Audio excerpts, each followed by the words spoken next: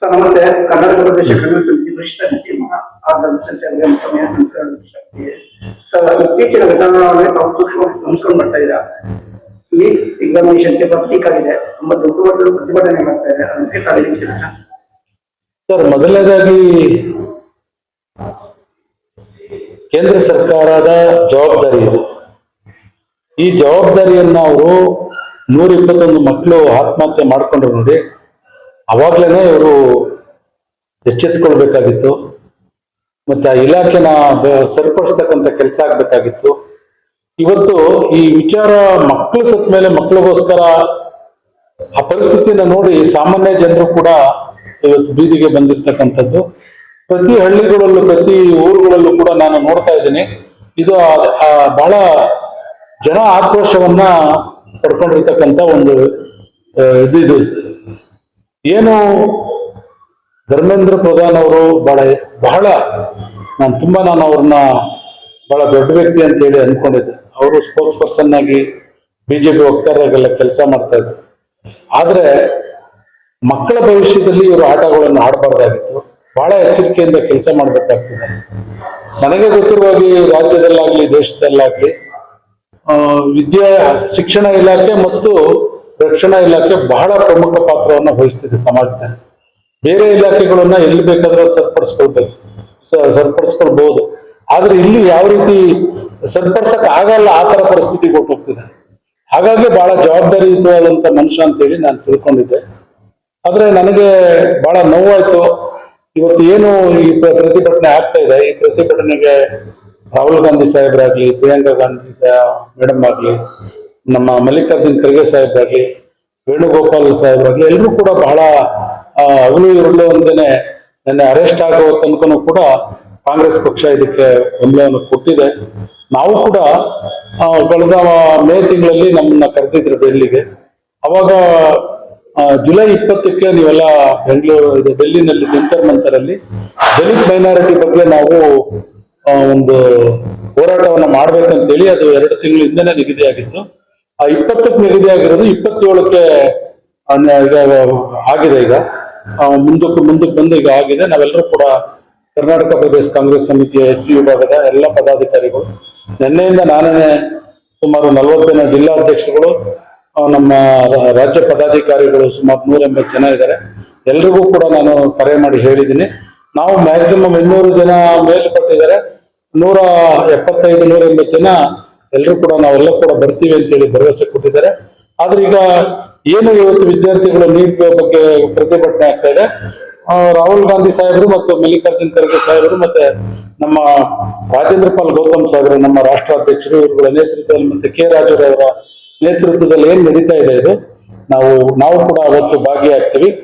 ನಾವು ನಮ್ಮ ದಲಿತರು ಮತ್ತು ಮೈನಾರಿಟಿ ಅಂದ್ರೆ ಅಲ್ಪಸಂಖ್ಯಾತರ ಬಗ್ಗೆ ನಾವು ಹೋಗ್ತಾ ಇದ್ದಿದ್ದು.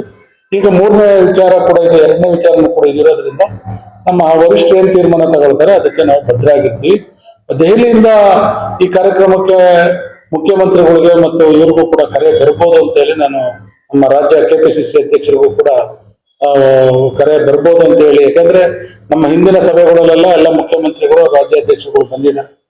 ಇದು ಒಂದು ರಾಷ್ಟ್ರದ ಕಾರ್ಯಕ್ರಮ ಆಗಿರೋದ್ರಿಂದ ಅದರಲ್ಲೂ ಕೂಡ ದಲಿತರು ಮತ್ತು ಅಲ್ಪಸಂಖ್ಯಾತರ ವಿಚಾರ ಆಗಿರೋದ್ರಿಂದ ಇದನ್ನ ಎಲ್ಲರೂ ಬರ್ತಾರೆ ಅಂತ ಹೇಳಿ ನಾನಾದ್ರೂ ಕೂಡ ಭಾವಿಸ್ಕೊಂಡಿದ್ದೀನಿ. ನಾನು ಕೂಡ ನಮ್ಮ ಪಕ್ಷದ ಎಲ್ಲ SC ಕಾಂಗ್ರೆಸ್ನ ಪ್ರತಿಯೊಬ್ಬರಿಗೂ ಕೂಡ ತಮ್ಮ ಮುಖಾಂತರ ಮನವಿ ಮಾಡ್ತೀನಿ. ಇದು ತಾವು ರಾಜ್ಯ ಮಟ್ಟದ ಪದಾಧಿಕಾರಿ ಅಂತ ಹೇಳಿದ್ರೆ ನಮ್ಮ ವರಿಷ್ಠರುಗಳು ದೆಹಲಿಯಲ್ಲಿ ಇರೋದ್ರಿಂದ ನೀವೆಲ್ಲ ಕಡೆ ಬರ್ಬೇಕಾದ್ರು ನಿಮ್ಮ ಮುಂದಿನ ಭವಿಷ್ಯಕ್ಕೆ, ನಿಮ್ಮ ರಾಜಕೀಯ ಭವಿಷ್ಯಕ್ಕೆ, ನಿಮ್ಮ ನಾಯಕತ್ವಕ್ಕೆ ಇದೆಲ್ಲ ಪೂರಕವಾಗಿರ್ತಕ್ಕಂಥ ವಿಚಾರಗಳು. ಹಾಗಾಗಿ ಯಾರು ತಪ್ಪಿಸ್ಕೊಳ್ದೆ ಭಾಗವಹಿಸ್ಬೇಕು ಅಂತ ಕೂಡ ಕೇಳ್ಕೊಳ್ತೀನಿ. ನೀವು ಬರ್ತೀರಿ ಅನ್ನೋ ಒಂದು ವಿಶ್ವಾಸನೂ ಕೂಡ ಇಟ್ಕೊಂಡಿದ್ದೀನಿ ಸರ್. ಅವರ ಮತ್ತೊಂದು ತಪ್ಪು ತಿಳಿದಿದೆ ಅನಿಸುತ್ತೆ. ಮೊನ್ನೆ ದೆಹಲಿಯಲ್ಲಿ ಬಹಳಷ್ಟು ದೊಡ್ಡ ಮಟ್ಟದಲ್ಲಿ ಪ್ರತಿಭಟನೆಗಳಾಗ್ತಾ ಇದ್ದಾವೆ. ಆ ಒಂದು ಅಷ್ಟು ಲಕ್ಷಾಂತರ ಜನ ವಿದ್ಯಾರ್ಥಿಗಳ ಮಧ್ಯದಲ್ಲಿ ಆ ಮಹಾನುಭಾವ ಪುಣ್ಯಾತ್ಮ ಬಾಬಾ ಸಾಹೇಬ್ ಅಂಬೇಡ್ಕರ್ ಅವರ ಭಾವಚಿತ್ರ ಇಟ್ಕೊಂಡು ಪ್ರೊಟೆಸ್ಟ್ ಮಾಡಿದ್ದಾರೆ. ತುಂಬಾ ಪಾಸಿಟಿವ್ ಎನರ್ಜಿ ಬಂದಿದೆ. ಅಲ್ಲಿ ಕೇಂದ್ರ ಸರ್ಕಾರಕ್ಕೂ ಆ ವಿಷಯ ತುಂಬಾ ರೀಚ್ ಆಗಿದೆ. ಸರ್, ಈಗ ನಮಗೆ ನನ್ನ ಇಷ್ಟು ದಿವಸದ ರಾಜಕೀಯ ಅನುಭವದಲ್ಲಿ ಹೇಳ್ತೀನಿ, ಗಾಳಿ, ನೀರು, ಬೆಳಕು ಇದು ನಮಗೆ ಪ್ರಕೃತಿ ಬಿಟ್ಟರೆ ಇವತ್ತಿನ ದೇಶದ 4ನೇ ಶಕ್ತಿನೇ ಅಂಬೇಡ್ಕರ್ ಅವರು ಮತ್ತು ಸಂವಿಧಾನ. ನಾನು ಎಲ್ಲಾ ಭಾಷಣಗಳಲ್ಲಿ ನಾನು ಇದನ್ನು ಉಪಯೋಗಿಸ್ತೀನಿ. ಈ ದೇಶ ಇಷ್ಟು ಅಭಿವೃದ್ಧಿ ಹೊಂದೋದಕ್ಕೆ ಕಾರಣ ಏನಪ್ಪಾ ಅಂತ ಹೇಳಿದ್ರೆ ಜವಾಹರ್ಲಾಲ್ ನೆಹರೂರವರ ಬಹಳ ಮುಂದಾಲೋಚನೆಯ ಪಂಚವಾರ್ಷಿಕ ಯೋಜನೆ ಮತ್ತು ಡಾಕ್ಟರ್ BR ಅಂಬೇಡ್ಕರ್ ಅವರ ಸಂವಿಧಾನ ಅಂತ ಹೇಳಿ ನನಗೆ ಬಹಳ ಸಾಕಷ್ಟು ಸರಿ ನಾನೆಲ್ಲೇ ಯಾವುದೇ ಸಭೆಗಳಲ್ಲಿ ಇದನ್ನ ಈ ಒಂದು ವರ್ಡನ್ನು ಉಪಯೋಗಿಸ್ತೀನಿ. ಸೊ ಹಾಗಾಗಿ ಈ ಅಂಬೇಡ್ಕರ್ ಅವರು ಭಾರತ ದೇಶ ಎರಡು ಕೂಡ ಅನಿವಾರ್ಯ. ಮಹಾತ್ಮ ಗಾಂಧೀಜಿಯವರಾಗ್ಲಿ, ಕಾಂಗ್ರೆಸ್ ಆಗ್ಲಿ, ಜವಾಹರ್ಲಾಲ್ ನೆಹರು ಅವರಾಗ್ಲಿ, ಇಂದಿರಾ ಗಾಂಧಿ ಅವರಾಗ್ಲಿ, ಎಲ್ಲರೂ ಕೂಡ ಆಮೇಲೆ ನಂತರ ಬೇಕಾದಷ್ಟು ಏನೇ ಕೆಲಸ ಮಾಡಿರ್ಬೋದು. ಅಂದಿನ ದಿನದಲ್ಲಿ ಇವತ್ತು ಬಹಳಷ್ಟು ಜನ ಬುದ್ಧಿಜೀವಿಗಳು ಮಾತನಾಡುವಾಗ ಹೇಳ್ತಾರೆ, ಈ ದೇಶದ 90% ಜನಕ್ಕೆ ಸ್ವತಂತ್ರ ಬಂದಾಗ ಊಟನೇ ಇರಲಿಲ್ಲ ಅಂತ ಹೇಳಿ.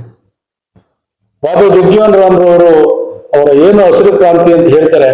ಮೋದಿಯವರು ಅವರು ಪ್ರಧಾನಮಂತ್ರಿ ಆಗಿದ್ದ ದಿವಸ ಫಸ್ಟ್ ಹೇಳ್ತಾರೆ, ನೋಡಿ ನಾನು ಅವತ್ತು ನೋಡ್ತಾ ಇದ್ದೆ 2014ನೇ ಇಸ್ವಿನಲ್ಲಿ ಈ ದೇಶದಲ್ಲಿ 2ನೇ ಹಸಿರು ಕ್ರಾಂತಿ ಆಗ್ಬೇಕು ಅಂತ ಹೇಳಿ ಅವರು ಭಾಷಣ ಮಾಡ್ತಾರೆ ಪ್ರಧಾನಮಂತ್ರಿ ಆಗಿ ಪ್ರಮಾಣ ವಚನ ತಗೊಂಡ ನಂತರ. ಎಲ್ಲ ಕೂಡ ಕಾಂಗ್ರೆಸ್ಸಿನ ಕೊಡುಗೆ. ಹಾಗಾಗಿ ನಾನು ಹೇಳ್ತೀನಿ, ಅಂಬೇಡ್ಕರ್ ಬಿಟ್ಟು ಭಾರತ ಇಲ್ಲ, ಭಾರತ ಬಿಟ್ಟು ಅಂಬೇಡ್ಕರ್ ಇಲ್ಲ. ಇದು ನನಗೂ ತಾವೇನು ಸಮಂಜಸವಾದಂತ ಪ್ರಶ್ನೆ ಕೇಳಿದಿರಿ. ನನಗೆ ಅದ್ರ ಬಗ್ಗೆ ಎರಡನೇ ಮಾತೇ ಇಲ್ಲ ಈ ವಿಚಾರದಲ್ಲಿ. ಪ್ರತಿಯೊಬ್ಬರಿಗೂ ಕೂಡ ಅವರ ಸಮಸ್ಯೆ ಬಂದಾಗ ಅವರು ಅಂಬೇಡ್ಕರ್ ಅಂತಾರೆ. ಅದೇ ಬಿಜೆಪಿಯವರು ಅಂಬೇಡ್ಕರ್ ಫೋಟೋ ಇಡ್ತಿರ್ಲಿಲ್ಲ, ಭಾರತದ ರಾಷ್ಟ್ರದ ಧ್ವಜ ಇಡ್ತಿರ್ಲಿಲ್ಲ. ಅವ್ರು ಯಾವತ್ತೂ ಕೂಡ ನ್ಯಾಷನಲ್ ಇಂಟಿಗ್ರಿಟಿಗೆ ಯಾವುದಕ್ಕೂ ಕೂಡ ಒತ್ತನ್ನು ಕೊಟ್ಟು ಕೆಲಸ ಮಾಡಿದಂಥವ್ರಲ್ಲ. ಮತ್ತೆ ನಾನು ಇವತ್ತು ತಮಗೆ ಬಹಳ ಪ್ರಮುಖವಾಗಿ ಜ್ಞಾಪಿಸ್ಕೊಂಡು ನಾನು ಹೇಳ್ತಾ ಇದ್ದೀನಿ, ಕೇಜ್ರಿವಾಲ್ ಅವರ ಏನು ಇವ್ರಿಗೆ ಇದು ಅವರೊಂದು ನನ್ನ ಸ್ಟೇಟ್ಮೆಂಟ್ ಹೇಳಿದ್ದಾರೆ. ಏನಪ್ಪಾ ಅಂತ ಹೇಳಿದ್ರೆ, ಈ ರಾಹುಲ್ ಗಾಂಧಿ ಅವರು ಮೋದಿ ಅವರಿಗೆ ಪೂರಕವಾಗಿ ಕೆಲಸ ಮಾಡ್ತಾ ಇದ್ದಾರೆ ಅಂತ. ಎಂತ ಅವರೆಲ್ಲ ರಾಜಕಾರಣಿಗಳು ಆಗದೇ ಇರೋದ್ರಿಂದಾನೇ ಇವತ್ತು ಅವ್ರು ಜೈಲಿಗೆ ಹೋಗಿ ಬಂದಿದ್ದು. ರಾಜಕಾರಣಿ ಆಗಿದ್ರೆ ಈ ಕೆಲಸ ಅವ್ರು ಜೈಲಿಗೆ ಹೋಗ್ತಿರ್ಲಿಲ್ಲ. ಅವರು ರಾಜಕಾರಣಿ ಆಗ್ದೇನೆ, ಅವ್ರಿಗೆ ಅನುಭವ ಇಲ್ದೇನೆ. ಅಲ್ಲ ಸ್ವಾಮಿ, ನಾನೊಂದು ಪ್ರಶ್ನೆ ಕೇಳ್ತೀನಿ ಕೇಜ್ರಿವಾಲ್ ಅವ್ರಿಗೆ, ಈ ನೀವು ಮೋದಿ ಅವ್ರು ಯಾಕೆ ನನ್ನ ನಂತರ ಯಾರು ಬಿಜೆಪಿ ಅವ್ರು ಆಗ್ಬಾರ್ದು ಅಂತ ಅವ್ರೇ ಯಾಕೆ ಮಾಡಿರ್ಬಾರ್ದು? ಧರ್ಮೇಂದ್ರ ಪ್ರಧಾನ್ ಅವರು ನಿರ್ವಹಣೆ ಮಾಡಿರೋದು ಸರಿಯಾಗಿ ಮಾಡಿಲ್ಲ ಅನ್ನೋದು ಅವ್ರಿಗೆ ಗೊತ್ತಿದೆ. 121 ಜನ ಮಕ್ಕಳುಗಳು ಪ್ರಾಣ ತೆತ್ತಿರೋದು ಇದು ಮಾಡಿದ್ದಾರೆ.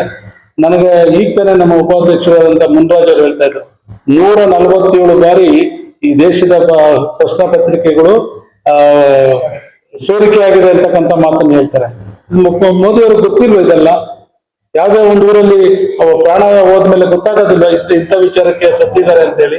ಅದು ಕೇಂದ್ರ ಸರ್ಕಾರದ ಅಧೀನದಲ್ಲಿ ಬರ್ತಕ್ಕಂಥ ಸಂಸ್ಥೆ ಅಲ್ವಾ ಅದು. ಸೊ ಎಲ್ಲಾ ಕಾರಣಗಳಿಂದ ಈ ಸಂದರ್ಭದಲ್ಲಿ ಮಕ್ಕಳ ಬಗ್ಗೆ ಯಾರೇ ಆಗ್ಲಿ, ನಾನು ಒಂದು ಈ ವಿಚಾರದಲ್ಲಿ ಹೇಳ್ತೀನಿ, ಮಕ್ಕಳ ಬಗ್ಗೆ ಚಿಂತನೆ ಇರಬೇಕು.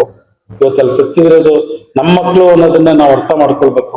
ಇವತ್ತು ಯಾರೋ ಒಬ್ಬ ಆ ಮಗು ಮೇಲೆ ಇಡೀ ಕುಟುಂಬ ಡಿಪೆಂಡ್ ಆಗಿರ್ತದೆ. ಇವೆಲ್ಲದರ ಅಡಿನಲ್ಲಿ ಆ ಒಬ್ಬ ಮಗುವಿನಿಂದ ಒಂದು ಕುಟುಂಬದ ಭವಿಷ್ಯ ಇರ್ತದೆ. ಹಾಗಾಗಿನೇ ಪ್ರತಿಯೊಬ್ರು ಕೂಡ ಇವತ್ತು ಮತ್ತೆ ಹಿಂದಿನ ತರ 6 ಜನ 7 ಜನ ಮಕ್ಕಳ ಕಾಲ ಹೋಗ್ತಾಯಿತ್ತು. ಇವತ್ತು ಒಂದು ಕುಟುಂಬಕ್ಕೆ ಒಂದೇ ಮಗು ಇರ್ತಕ್ಕಂಥದ್ದು ಎಲ್ಲ ಕೂಡ ಪರಿಗಣನೆ ಮಾಡಬೇಕು. ಮಕ್ಕಳ ವಿಚಾರದಲ್ಲಿ ರಾಜಕೀಯ ಹೇಳಿಕೆಗಳು ಆಗ್ಬಾರ್ದು. ಮತ್ತೆ ಆ ಮಕ್ಕಳೇ ಹೇಳ್ತಾರೆ ಸೋಷಿಯಲ್ ಮೀಡಿಯಾನ ಹೆಂಗ್ ದುರುಪಯೋಗ ಮಾಡಿದ್ರು ಅಂತ ಹೇಳಿ. ಇವತ್ತು ಎಷ್ಟೋ ಜನ ಅವ್ರ ಮಕ್ಳು ಇಲ್ಲದೆ ಇರ್ಬೋದು, ಇವತ್ತು ಬಿಜೆಪಿಯ ನಿಮ್ಮ ಬಾವುಟನ್ನ ಕಿತ್ತು ಬಿಸಾಕ್ತಾ ಇದ್ದಾರೆ. ನೀವು ಯಾವತ್ತು ಇದ್ರಲ್ಲಿ ನೀವು ಸರಿಯಾಗಿ ನಿರ್ವಹಣೆ ಮಾಡಕ್ ಆಗ್ತಾ ಇಲ್ಲ ಅನ್ನತಕ್ಕಂಥದ್ದನ್ನ, ಅದು ನಿಮ್ಗೆ ಕೊಟ್ಟಂತ ಅವಕಾಶ ದೇಶದ ಜನತೆ. ಆದ್ರೆ ನೀವು EVM ಅಲ್ಲಾಗ್ಲಿ ಪ್ರತಿಯೊಂದರಲ್ಲೂ ಕೂಡ ನೀವು ದುರಾಚಾರ ಮಾಡೇನೆ ಆಡಳಿತ ನಡೆಸ್ತಾ ಇರ್ತಕ್ಕಂಥದ್ದು ಸಾಮಾನ್ಯ ಜನರು ಗೊತ್ತಾಗಿದೆ. ಹಾಗಾಗಿ ನಾನು ಈ ಒಂದು ತಾವೇನು ಈ ಪ್ರಶ್ನೆ ಎತ್ತಿದ್ದೀರಿ, ನಾನು ಕೂಡ SC ಕಾಂಗ್ರೆಸ್ನ ರಾಜ್ಯಾಧ್ಯಕ್ಷನಾಗಿ ನಾವು ಕೂಡ ಬೆಂಬಲ ಕೊಡ್ತೀವಿ. ನಾವು ಕೂಡ ಈ ಹೋರಾಟದಲ್ಲಿ ಇರ್ತೀವಿ. ನಾವು ಕೂಡ ಅನ್ಯಾಯಕ್ಕೊಳಗಾದ ನೀಟಿನ ವಿಚಾರದಲ್ಲಿ ಅನ್ಯಾಯಕ್ಕಾದಂತ ಮಕ್ಕಳ ಪರವಾಗಿ ನಿಲ್ತೀವಿ ಅನ್ನೋದನ್ನ ಸ್ಪಷ್ಟಪಡಿಸ್ತೀನಿ ಸರ್. ಇನ್ನೊಂದೇ ಒಂದು ಕಡೆ ವಿಚಾರ ಸರ್, ವಿದ್ಯಾವಂತರಾಗಿ ಯಾರ್ಯಾಗಲಿ ಸರ್ ಗೃಹ ಇಲಾಖೆಗೆ 2 ಕೈ ಎತ್ತಿ ನಮಸ್ಕಾರ ಮಾಡ್ತಾರೆ, ರೆಸ್ಪೆಕ್ಟ್ ಕೊಡ್ತಾರೆ. ಆ ಒಂದು ಗೃಹ ಇಲಾಖೆ, ಪೊಲೀಸ್ ಡಿಪಾರ್ಟ್ಮೆಂಟ್ ಅವರು ವಿದ್ಯಾರ್ಥಿಗಳ ಮೇಲೆ ಬಹಳಷ್ಟು ಏನೋ ತರ ಕ್ರೂರವಾಗಿ, ಈ ಪದ ಬಳಸ್ಕೊಳ್ಳೋ ಅದು ಅಷ್ಟು ಕ್ರೂರವಾಗಿ ನಡ್ಕೊತಾ ಇದೆ. ಎಷ್ಟು ಮಟ್ಟಿಗೆ ಸರಿ ಸರ್? ಸರ್, ಅದು ಅವ್ರಿಗೆ ಒಂದು ತಪ್ಪಭಿಪ್ರಾಯ ಏನಪ್ಪಾ ಅಂತ ಹೇಳಿದ್ರೆ, ಇದು ಎಲ್ಲೆಲ್ಲೂ ಹೋಗಿ ದೊಡ್ಡ ಮಟ್ಟಕ್ಕೆ ಹೋಗಿ ನಾವು ಹತ್ತಿಕ್ಲಿಲ್ಲ ಈ ಪ್ರತಿಭಟನೆ ಅಂತ ಹೇಳಿದ್ರೆ, ಇದು ದೊಡ್ಡ ಮಟ್ಟಕ್ಕೆ ಹೋಗ್ತದೆ. ದೊಡ್ಡ ಮಟ್ಟಕ್ಕೆ ಹೋದ ನಂತರ ನಾವು ಅಧಿಕಾರವನ್ನ ಬಿಡ್ಬೇಕಾಗ್ತದೆ. ಮತ್ತೆ ನನ್ನ ಕಾಲದಲ್ಲಿ ಈಗ ಆಯ್ತು ಅನ್ನೋದನ್ನ ರಕ್ಷಣೆ ಮಾಡ್ಕೊಳ್ಬೇಕು ಅಂತ ಹೇಳಿ ಮೋದಿ ಅವರು, ಅಮಿತ್ ಶಾ ಅವರು, ಬಿಜೆಪಿ ಅವರು ಇದನ್ನ ತಡೆಯಕ್ಕೆ ನೋಡ್ತಾ ಇದ್ದಾರೆ. ಅದು ದಿನೇ ಅದು ಜಾಸ್ತಿ ಆಗ್ತಾ ಇದೆ. ಈಗಲೂ ಕೂಡ ಮಧ್ಯಾಹ್ನದಿಂದ ಈಚೆಗೆ ದೆಹಲಿ ಲಾಕ್ ಡೌನ್ ಆಗ್ಬೇಕು ಅಂತ ಇದೆ. ಮೆಟ್ರೋಗಳನ್ನ ಸ್ಟೇಷನ್ಗಳಲ್ಲೆಲ್ಲ ಜನ, ಯಾಕೆಂತ ಹೇಳಿದ್ರೆ ದೆಹಲಿ ಅಂತ ಜಾಗದಲ್ಲಿ ಬಹಳ ಕಷ್ಟ. ಮೆಟ್ರೋ ಬಹಳ ಇಂಪಾರ್ಟೆಂಟ್ ಆಗಿದೆ. ಸೊ ಇದೆಲ್ಲಾನು ಸ್ಟಾಪ್ ಮಾಡಿ ಈಗ ಮುಂದಕ್ಕೆ ಏನೇನ್ ಆಗುತ್ತೆ ಅನ್ನೋದು 2-3 ದಿನದಲ್ಲಿ ಗೊತ್ತಾಗ್ತಾ ಇಲ್ಲ. ಸೊ ಹಾಗಾಗಿ ನಿಮ್ಗೆ ಆಡಳಿತ ಮಾಡಕ್ ಬರ್ದೇನೆ ಕಾಂಗ್ರೆಸ್ಸಿಗರನ್ನಾಗ್ಲಿ ಇನ್ನೊಬ್ಬರನ್ನಾಗ್ಲಿ ದೂಷಣೆ ಮಾಡತಕ್ಕಂಥದ್ದು ನಾನು ಅದನ್ನ ಖಂಡಿಸ್ತೀನಿ. ನಾನು ಅದನ್ನ 9 to 12 ಪೇಪರ್ಸ್ ಕೊಡೋರು, ಕ್ವಶನ್ ಪೇಪರ್ ನಮ್ಗೆ. ಅದರಲ್ಲಿ ಈಗ 9ರಿಂದ 12, 11 ಗಂಟೆಗೆ ಬಂದವ್ರನ್ನ ಅಲೋ ಮಾಡ್ತಿದ್ರು. ನಾವು ಓದುವಂತ ಕಾಲದಲ್ಲಿ 75, 76, 77, 78, 79, 81 ಆ ಟೈಮಲ್ಲಿ ನಾವು ಈಗ ಪಾಸ್ ಆಗಕ್ ಬೇಕಾಗಿರೋದು 35 ಮಾರ್ಕ್ಸ್. ನೀವು ರ್ಯಾಂಕ್ ಬರಕ್ ಬೇಕು 99 ಮಾರ್ಕ್ಸ್. ಎಷ್ಟೋ ಜನ 99 ಮಾರ್ಕ್ಸ್ 1 ಅವರ್ ಬರೀತಕ್ಕಂಥ ಅವಕಾಶ ಇದೆ. ನನಗ್ ಗೊತ್ತಿರೋಗೆ ಬುದ್ಧಿವಂತ ಆದವನ್ಗೆ ಆನ್ಸರ್ ಟು ದ ಪಾಯಿಂಟ್. ನಮ್ಮ ಫಾದರ್ ನನ್ಗೆ ಎಕ್ಸಾಮ್ ಹೋಗೋಗಿ ಹೇಳೋರು, ಫಸ್ಟ್ ಪ್ರಶ್ನೆ ಅರ್ಥ ಮಾಡ್ಕೊ ಆಮೇಲೆ ಆನ್ಸರ್ ಬರಿ ಅಂತೇಳಿ.